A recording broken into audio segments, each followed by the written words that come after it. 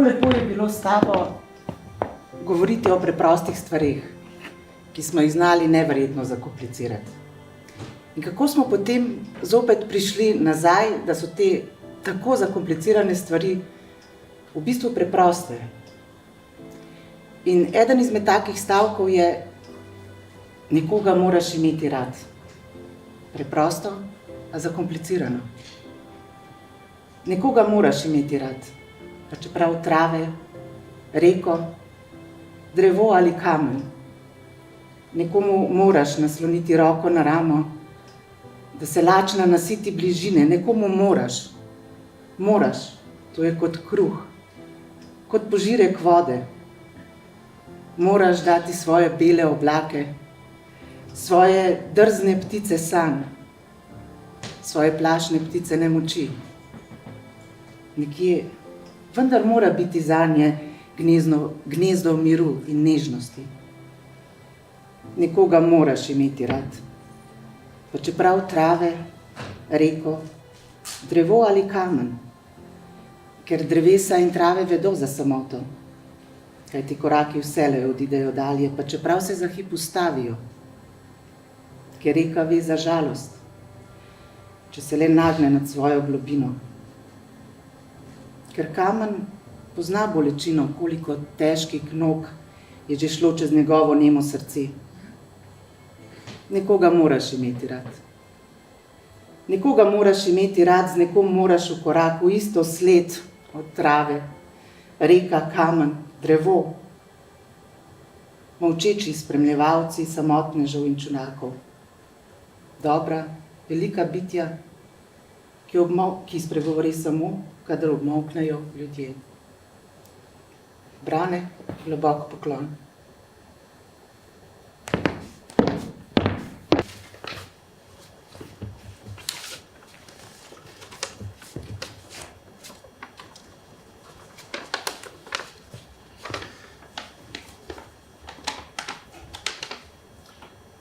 Pozdravljeni.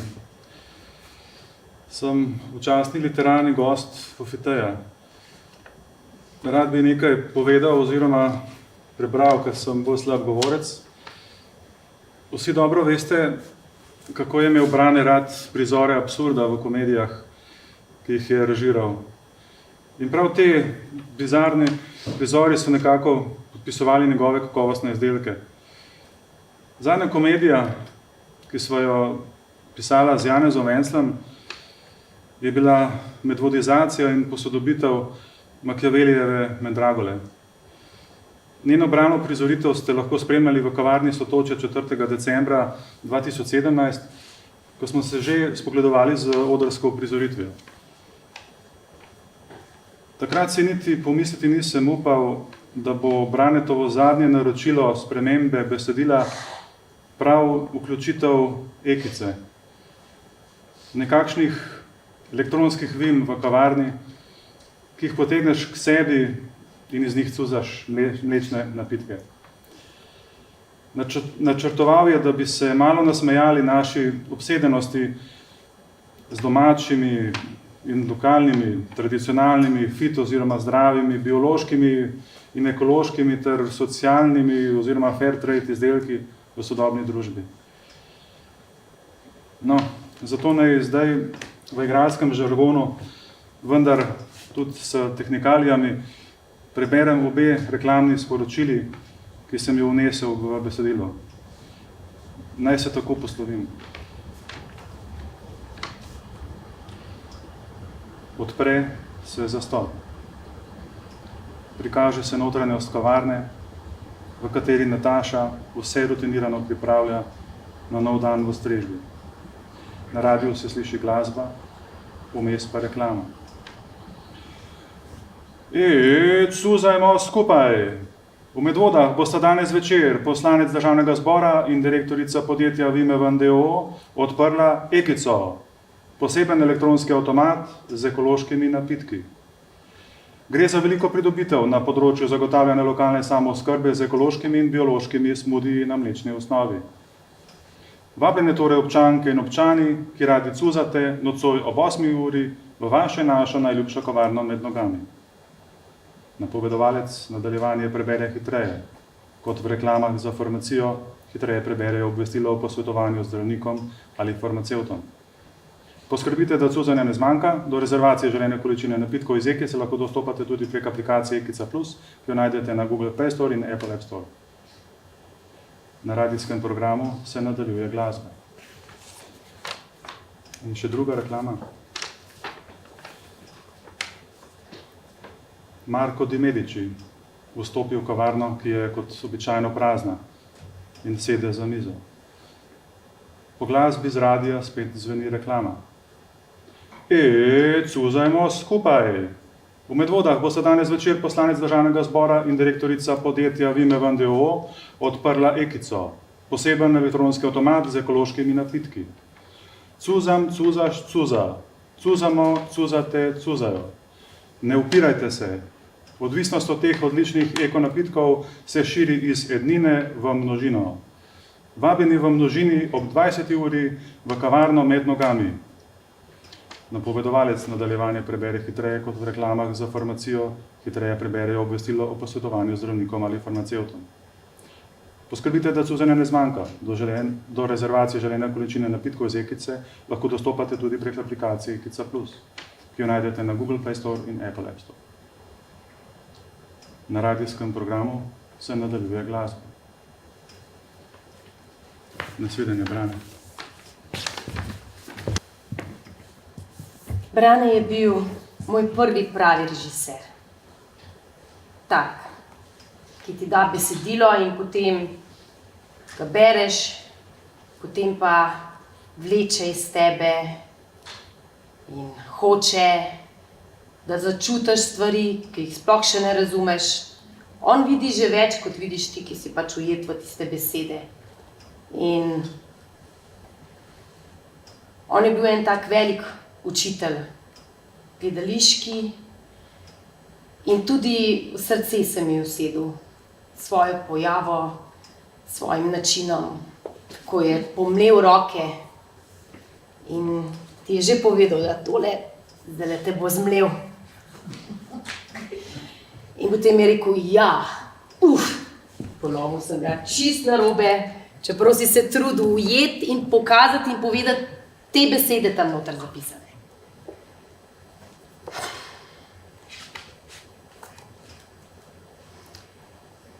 Besede. Besede imajo svoje stebre, tanke in izbrušene.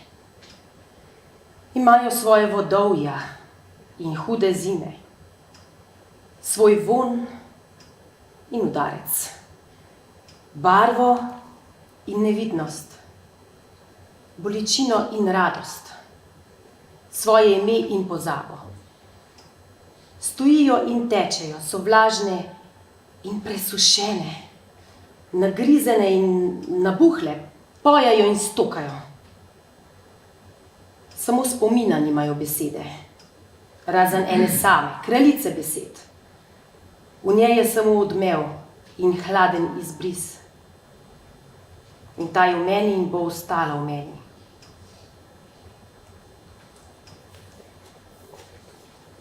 Brane, ko bom tukaj na odru in kjerkoli, vedno boš z mano.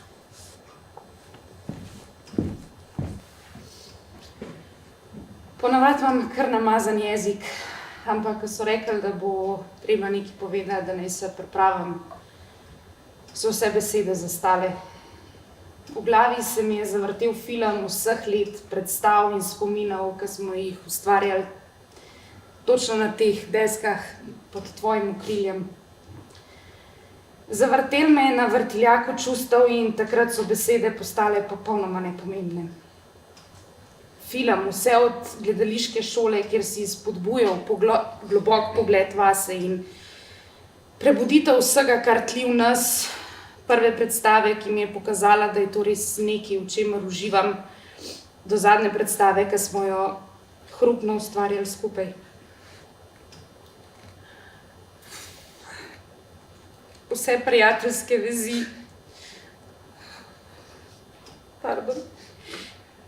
vso znanje, ustvarjanje, zabava in vsi trenutki so se prepletli v enkraten spomin, ki bo ostal za zmeri.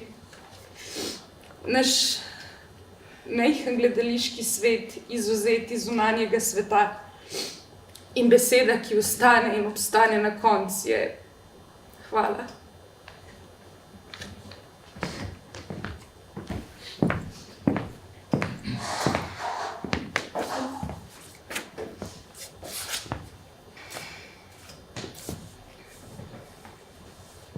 Mislim, da sem ravno kar nekaj spoznala. A veš kaj? Mislim, da sem ravno kar spoznala, da je to resničnost. Mislim, da sem ravno kar spoznala, da obstaja. No, hočem reči, zadnje čase je dostikrat tako, kot da so neki trenutki razsvetljenja, ko se samo za sekundo ali dve zavem. Mislim, zares zavem, da je to, vse to zares tukaj, da obstaja in da sem jaz del tega. Kaj jaz vem? Nekako me je šele v zadnjem času obšlo to, da takrat, ko filozofi govorijo o naravi resničnosti, ne govorijo o besedah ali idejah, ampak govorijo o stvareh, kot je ta škatla, pa ta časopis, pa to pero, ki ga imam v roki. In da so vse te stvari resnične.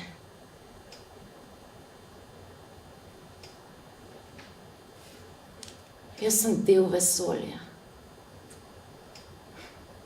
To je tako čudno. Ta ogromna prazna luknja, milijardo let stara in bilijon svetlobnih let velika, in jaz stojim na drobcu kamenčka, ki leti skoznjo.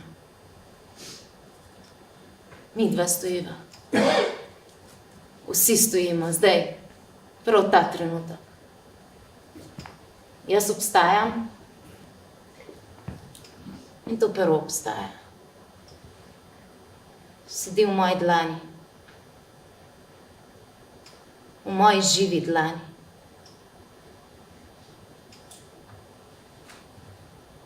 Laura, ujet pravi čas. Bran je samo eden izmed likov, ki sva jih ustvarila v zadnjih 10 letih. Bil si prvi, ki mi je dal priložnost stati na odru, na podlagi zgolj želje po igri. Pojma nisem vedela, v kaj se spuščam, kaj me čaka. Ta želja se je skozi leta oblikovala v ljubezen, spoštovanje, ljubezen do teatra. Ljubim vsak še tako temačen in zaprašen delček teatra, človeške duše. Zaradi tebe, Brane. Prvi nauk, še zdaj se te spomnim, seksualna prerezija v Chicagu. Takole po vaji. List, očala, Maša. Pazi tempo. Vzemi si čas. Slušaj ritem predstave. In vse do zadnjega, una predstava kos. Pazi na nekonvencionalnost. Izzivaj meje igre. Ja, lepa pot je bila, Bran. In zadnje dni se že toliko bolj borim s tem, da v nedeljo, ko bom stopila na Loški oder in prejela Severjevo nagrado, ki je toliko tvoja kot moja, da ne bo tvojega obraza v občinstvu. Ampak verjamem, da zdaj res vidiš vse. Tako da prosim, glej v mojo smer in mi nameni en tvoj nasmešek ponosa. Pa ne skrbeti, ne bo mi sopel v glavo. Da si me dobro vzgojil. Bilo mi je v čast.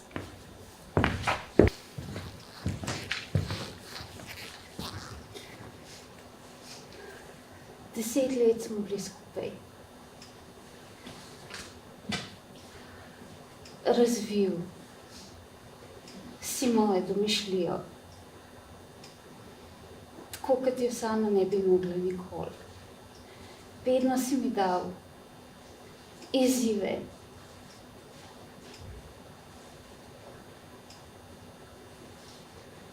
Dej še več, dej še bolj.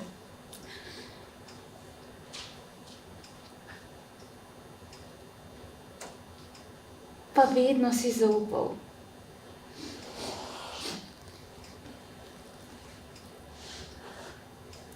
V to, kar sem delala. Vedno. Pa zmeri bom pogrešala tisti pogled čez vrata. A smo?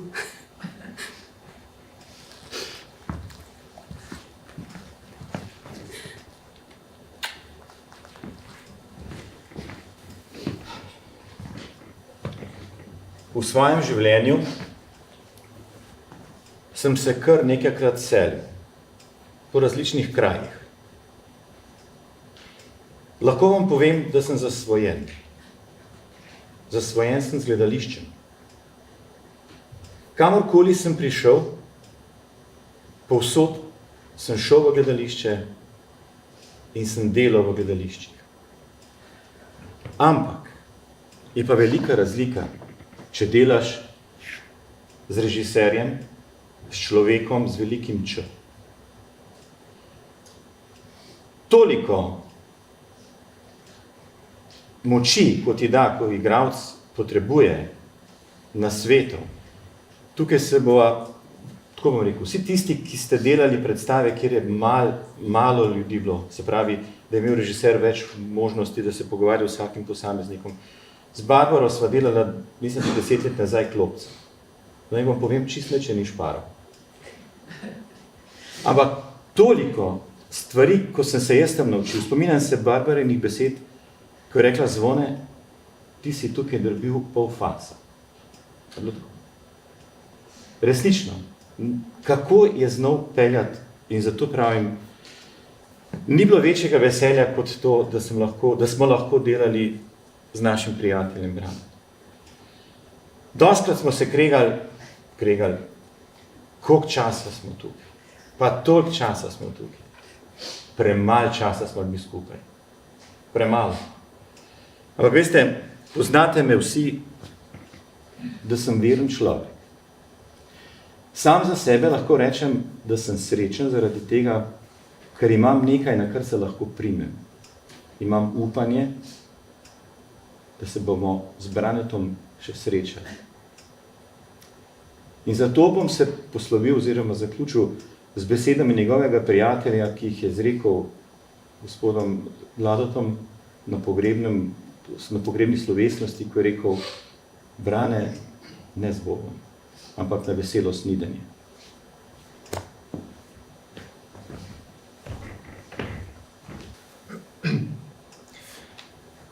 Sedim in pregledujem arhivske posnetke. Brane, a lahko eno izjavco za prispevek, prosim. Malo bova v predstavi. Da te gledam, da te poslušam in čas se spet ustavi. In vse je spet tako, kot je zmeraj bilo. Medtem, ko razum neuspešno tolmači kruto dejstvo, da te ni več, si mi v misli usede tvoja misel pred premiero predstave Ujeti pravi čas. O tem, kaj vse pravzaprav lahko en trenutek v življenju pomeni. A ga ujamemo, ali ga pa pač ne. In kako nam lahko obrne življenje popolnoma drugo smer. Ujeti trenutek, ujeti čas. Ti, Brane, si znal ujeti čas. In nas van. V njem smo srkali tvoje modrosti, razčlenjevali globine človeških odnosov, v neskončnih in nikoli vsiljivih napotkih gradili gib, gradili izraz in predvsem živeli oder. Tale oder. In hvala ti, da si me ujel v svoj čas. Dal si mi privilegij, za katerega ti bom večno neizmerno hvaležen. Hvala ti za vaje, hvala ti za vihar, hvala ti za hrup. Hvala ti, da si v meni videl stvari, ki jih sam nikoli nisem. Hvala ti, da si mi zaupal. In hvala ti, da si me popeljal v neskončno svobodo gledališkega odra. Enkrat se na njem spet srečal. Na drugi strani zavese. V imenu Smlejcev iz Huda Smlednik ti pa izrekam zahvalo za vse, kar si naredil za medvoško kulturo.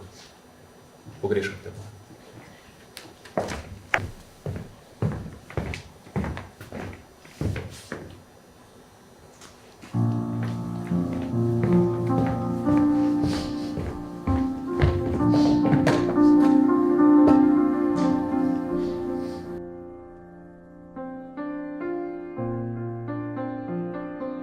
Takrat se je pravzaprav zgodilo to, kar si želimo, da bi se pač zgodilo večkrat. Ne?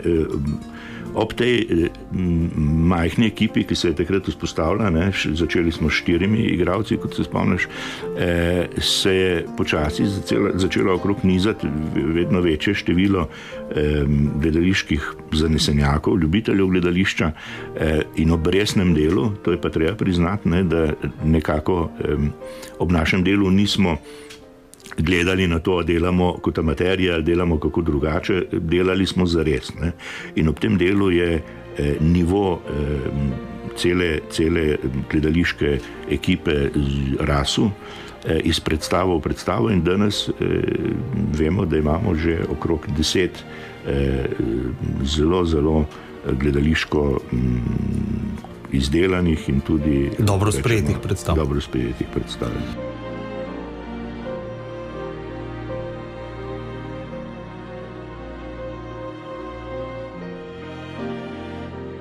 Jaz v bistvu napotkov ne dajem. Jaz se trudim, da skupaj z igralci odpiramo zgodbo, najdemo njihovo mesto v tej zgodbi. To mesto postane odprto bojno polje in oni na to bojno polje stopajo in se borijo. In jaz jih nekako pripravim za ta boj. Predvsem ta igralska ekipa je res ekipa ljudi, za katere moram reči, da imajo glede na običajen odstotek talenta v ljubiteljskih skupinah relativno visok odstotek tega talenta. Ne? Skratka, veliko je igralcev v tej ekipi, ki so talentirani in zmožni narediti marsikaj.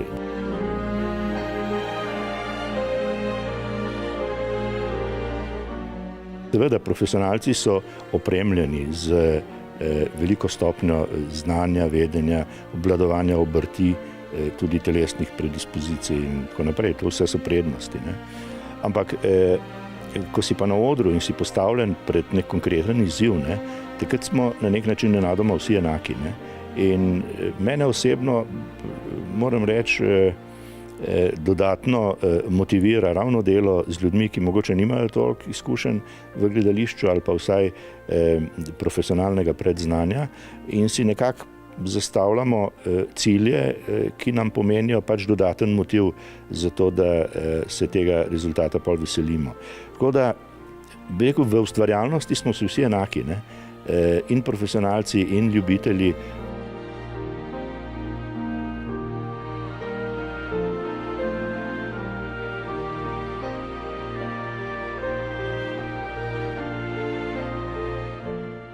Vsaka nagrada je nepričakovana. Ne? Čeprav, ko delaš zato, da bi to bilo kar najboljše. Ne misliš na nagrade, seveda ne.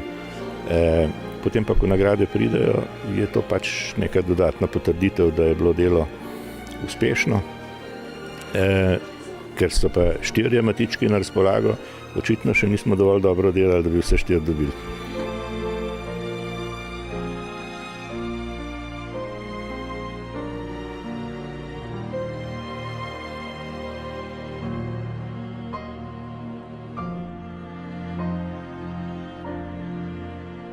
Tako bi mu rekel, no, če imaš ob strani oziroma za sabo enega tazga režiserja, kakor je Brane, je potem tudi toliko netipično, toliko drugačno, toliko novo vlogo veliko lažje dodelati. No. Težko rečem, da mi je ta vloga blizu. So mi bile prejšnje vloge tle, ki so bile pač nekoliko bolj smešne, pa malo bolj komično zastavljene, pa z neko drugačno vsebino kot s to prtljago, kot jo spremljamo v tej zgodbi. Ampak enostavno, ko dobiš vlogo na mizo, se usedeš z režiserjem, ti pove, kaj naj bi ta vloga nosila, oziroma ti to pove tekom 2 mesecev. In pol enostavno začneš delati na globini, ker vedno pravi režiser, najprej treba osvojiti tekst, da lahko začneš razvijati vlogo. In ko začnemo razvijati vlogo, kar naenkrat ugotoviš, da vloga ni samo to, kar je tistih nekaj prizorov na odru, ampak da je to en segment življenja, ki ga publika vidi, mi pa nosimo v sebi tudi tisto, kar je bilo 10 let nazaj s tem človekom, pa kaj se bo zdaj naprej zgodilo. In mogoče je ravno to zanimivo za publiko.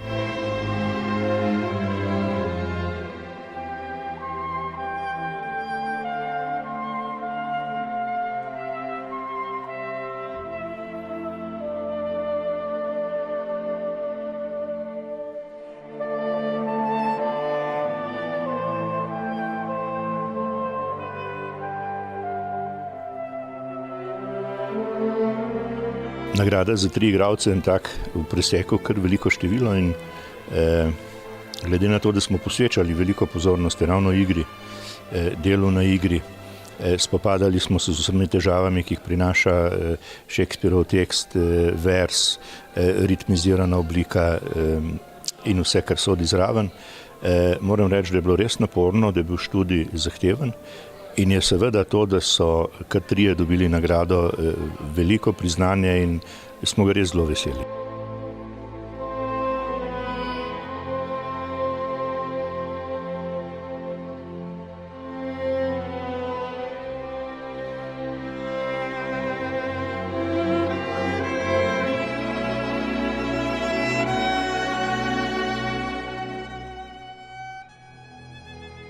Po vajah za tesnobo, ki so bile en tak krut tekst o današnji realnosti in po vsem tem smo nekako želeli spregovoriti sicer tudi o današnjem času, ki ga okarakterizira pač od politike, boja za oblast in vsega, kar sodi zraven. Iste stvari, kot se pravzaprav, oziroma podobne, o katerih se govori tudi v vajah za tesnobo, o teh istih stvarih smo hoteli pač spregovoriti na drug način in se nam je zdel nekako Shakespeare in besedilo Vihar pravi izziv, da bi se spopadali z jezikom, ki je bil v prejšnjem besedilu spuščen na zemljo, vsakdanji, šlo je celo za slang in tako naprej. Tle gre pa za povzdignjen jezik, gre za like, ki so skriti pod to opno jezikovne forme in tako naprej. In to je bil seveda nov izziv in to je tisto, kar nas je prepričalo v to, da smo šli v ta študij.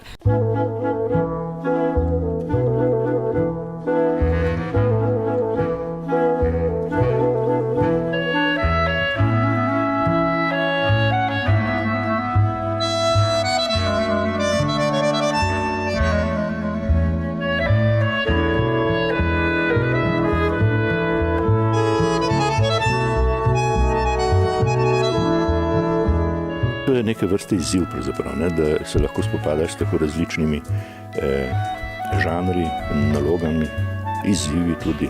Shakespeare je seveda izjemno zahteven v tem gledališko-tehničnem smislu. Medtem ko je pa taka komedija zahtevna na drugem nivoju. Seveda preprostejša, zato ker igralci najdejo nekako prej stik z besedo, z jezikom, lažje jim je, ker poistovetiti se s figurami, ki so pač del sveta, v katerem vsi živimo.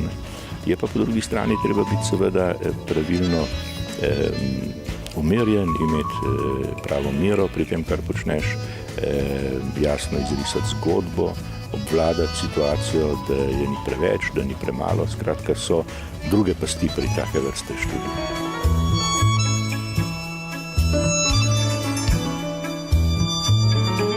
Tako študij vsake predstave je, kadar je temeljit, je zgodba zase, je odkrivanje enega novega življenja.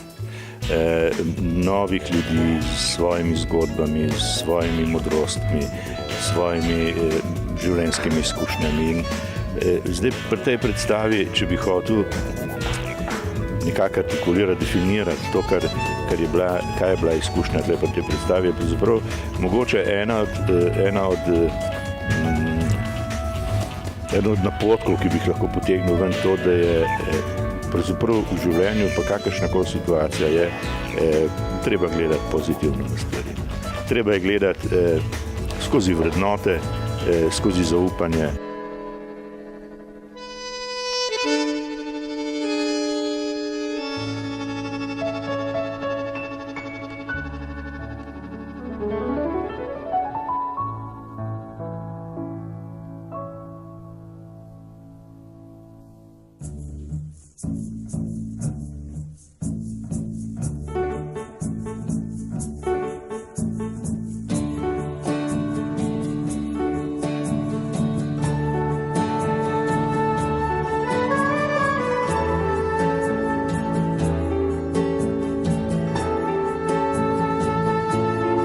Po žanru je ta igra pravzaprav vse. Je komedija, je groteska, je drama. Ena od teh je celo mogoče mal thriller psihološki in tako naprej. Ne smemo pozabiti, da so to postmoderna besedila. Ne? To je sodobna dramatika, ki je sicer pisana v jeziku, ki je komunikativen, ki ga gledalci lahko spremljajo, tudi, bom rekel, tisti manj zahtevni. Ne? Ima pa not elemente, ki dosegajo tudi zelo, zelo zahtevno publiko. Ne?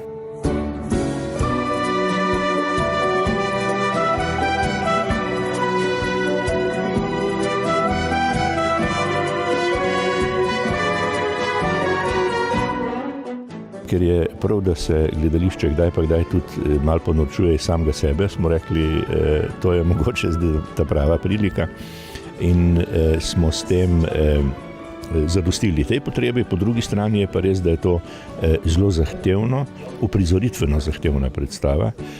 Manj je te umetniške svobode, v tem smislu, da bi posvečali veliko časa nekim estetskim vrednotam in tako naprej, ampak je seveda predstava, na kateri je treba delati predvsem v segmentu tehnične preciznosti, ritma, dinamike, jasnosti in tako naprej. Tako da to je bil tisti izziv, zaradi katerega smo se odločili to predstavo igrati. Ja, prav gotovo si zmer želiš, da bi tisto, kar delaš pri publiki, nekako doživelo potrditve. Ne?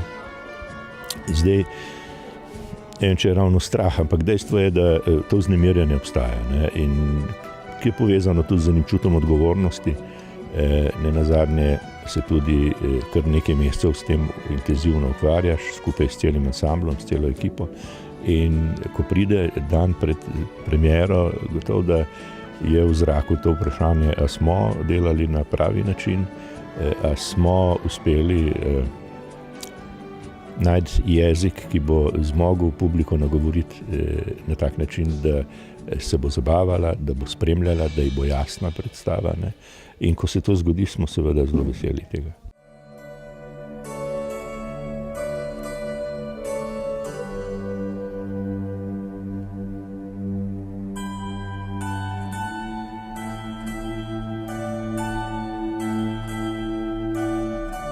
Danes sem jim rekel, da je bila predstava v nekaterih detajlih drugačna od včerajšnje. A temu lahko rečemo boljša, je zdaj vprašanje, ampak bila je drugačna in na to sem jih pač opozoril in skušali smo ugotoviti, zakaj je bilo pač temu tako.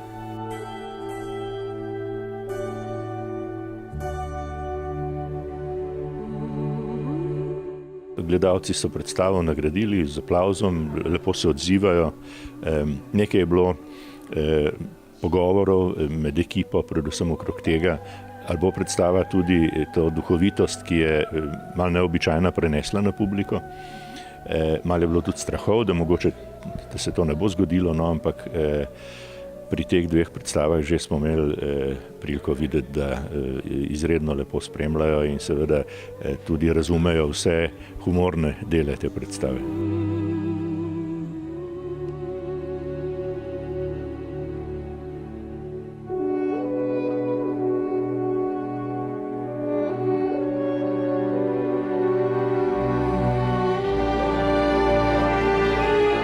Globlja vsebina se pa skriva v tem, da smo pravzaprav v današnjem času vstopili v nek prostor, kjer smo ker smo rahlo zmedeni. Ne vemo več, kaj je naša identiteta, kje smo. Pripravljeni smo prodati tudi lastne korenine, zato da preživimo oziroma da ustvarimo nek nadstandard, ki mislimo, da je potreben in tudi je potreben, ker nas okoliščine silijo v to. Tako da je ta predstava ravno zaradi tega meni ljuba, ker združuje po eni strani bizarno, komične, smešne situacije, po drugi strani pa eno tako trpko spoznanje, da ne vemo, kam bomo prišli, če gremo po tej poti naprej.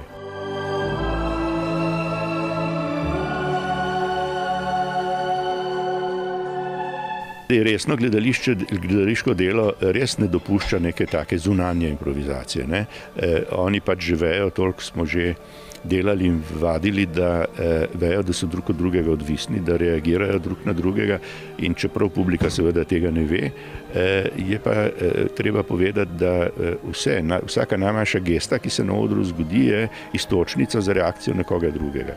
In če tiste geste nenadoma ni oziroma se zgodi nekaj drugega, te iztočnice ni in se predstava lahko ustavi oziroma zgubiti svoj ritem, ki je potreben za to, da predstava doseže svoj učinek. Tako da res neke zunanje improvizacije ni veliko, je pa veliko te notranje čustvene improvizacije v tem smislu, da vsakič na novo sveže doživljajo situacije in pa zgodbo, ki jo živijo.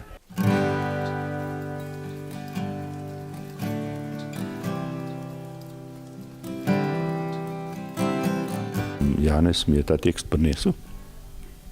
Predlagal, da ga preberem. Jaz sem sicer že slišal zato, ker se je igral v Londonu veliko, pa v New Yorku, pa tudi pri nas v Cankarjevem domu. In pol, ko sem ga prebral, so me nekakšni taki občutki zajeli. Začutil sem, da je to en tekst, ki gre, prva asociacija mi je bila onkraj dobrega in zla. Skratka, tekst, ki govori o verjetno enem hujših zločinov, ki jih pač v tem primeru moški lahko naredi. Po drugi strani pa, ko se spustiš in skušaš izrisati nekako anatomijo tega dogodka, se srečaš s celo vrsto nekih rašomonskih resnic, ki začenjajo funkcionirati in odpirati nove svetove, in to odpiranje teh novih svetov je pravzaprav bilo ta glavni izziv, zaradi katerega smo se pol lotili tega teksta. Čufarjevo paketo za najboljšo predstavo pa dobi predstava Kos v režiji Branka Kraljeviča.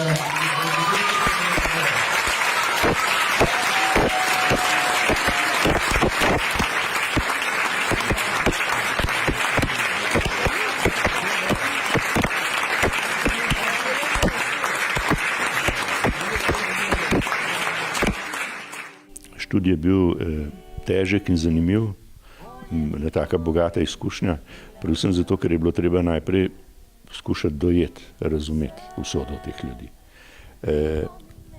Dojeti in razumeti kot nekdo, ki je izven te zgodbe. Posta se pa seveda morala začeti igralca spuščati v vlogi, v like. In tle je bilo ogromno tega filigranskega dela, seveda iz stavka v stavek. Smo iskali resnice, temelj, odzivnost, čustveno odzivnost, skušali pač doseči nekako to stanje, v katerem naj bi se tema dvema človekoma lahko dogajalo to, kar se jim je zgodilo. In srce se moje ne umiri,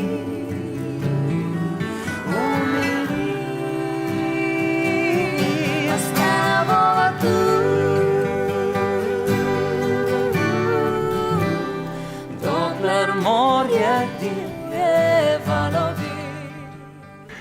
Mislim, da je ves ta žar, ta želja, ta iskrena želja po delu v gledališču, ta navdušenost nad tem, da se naredi predstava, je nekako tlakovala pot v vse to, kar smo pol kasneje dosegli. Je pa tako, vsaka predstava je pa na začetku absolutno nov izziv. Tako da govoriti za nazaj, lahko ti rečem kvečemu, kaj bo izziv za naprej. Za nazaj je to že nekaj, kar smo opravili, česar se z veseljem spominjamo, ampak je samo še preteklost.